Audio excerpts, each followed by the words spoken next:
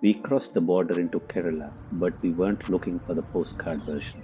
You know the one where every square inch of sand is claimed by a rented umbrella. We wanted the uncurated Kerala. We found Alithala beach.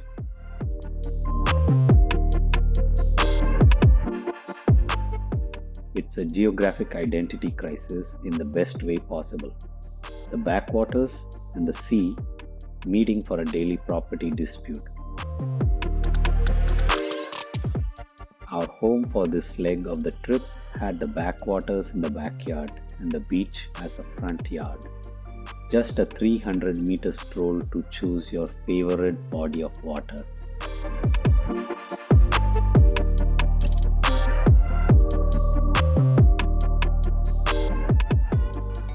First rule of Kerala: the water provides and the stomach receives. We're talking a proper fish meal, eaten with hands, the only way to respect the masala. But lunch sparked a minor diplomatic crisis.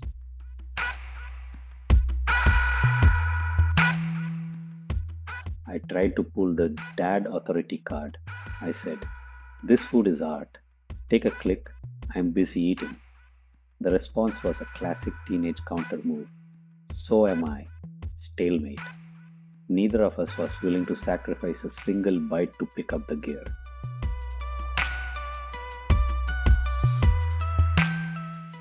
We eventually reached a compromise. I provided the tripod, holding the camera steady with my clean wrists, while he spared one single finger to hit the shutter. It was a masterclass in teamwork, fueled entirely by the need to get back to the fish.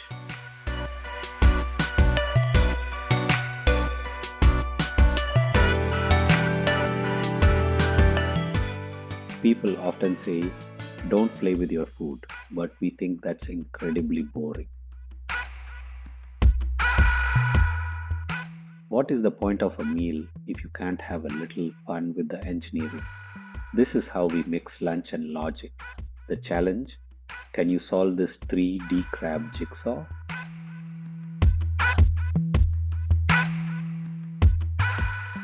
The toast. A prawns, cheers before they vanish. The anatomy, a quick lesson in fish lungs. The stare down, meeting the putu face, staring back from the leaf.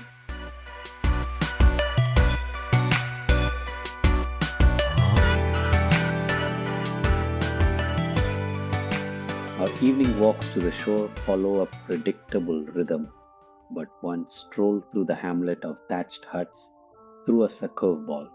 We were documenting the silence when we came across a plush visitor that looked entirely out of place.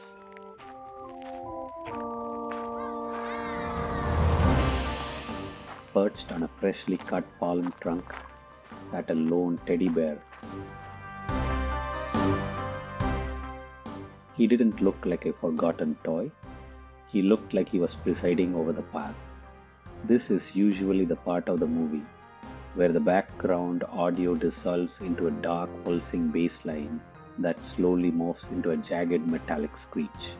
We didn't stick around to see if he'd blink. The bear kept his secrets, and we picked up the pace.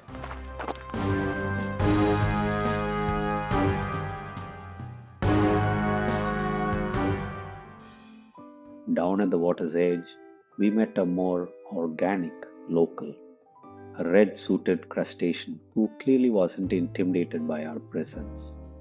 Most crabs are a blur of movement the second they sense a human, but this fellow was a different breed of bold.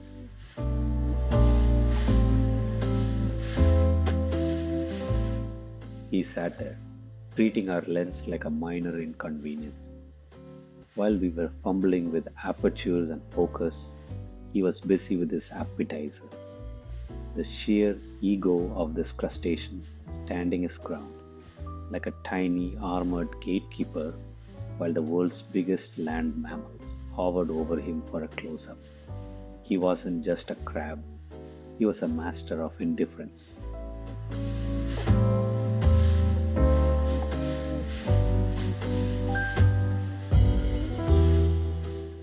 Sitting on the estuary at sunset is the ultimate tick box activity.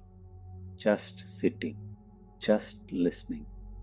There is a specific hum the ocean generates here, a low frequency resonance you can feel vibrating in your chest. Ah, bliss.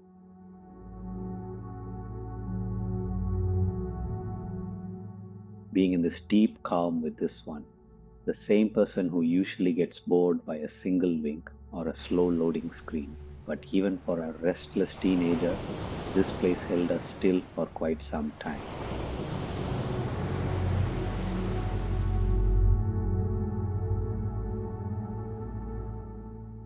From the deep resonance of the sunset, we shifted gears into pure, unscripted cinematic chaos. We had an action camera that we hadn't actually tested for waterproofness yet. What happens when you give a 14-year-old a gadget and a coastline? What? You get a war movie. Suddenly the beach was a battlefield and that camera was a sword in his hand. It's these unscripted moments, this unadulterated gadget-fueled play that make family travel genuine. It's not about the perfect shot. It's about the messy, genuine fun that everyone should embrace.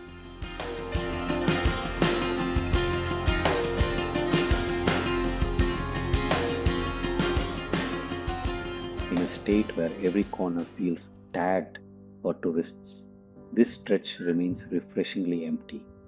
Our favorite part were the long, aimless walks along the seashore.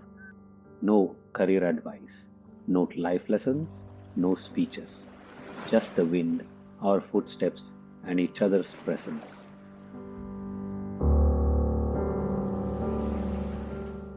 This is parental romance at its peak.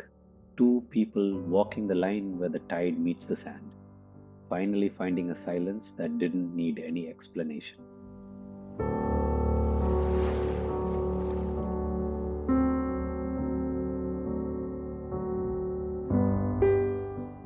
We are wrapping this chapter with a nod to the local concierge, a Kingfisher who hung around the porch like he was on the payroll. His calm presence was the final confirmation that we'd found our sanctuary. This was the peace we needed. The coast to coast journey continues. Stay tuned.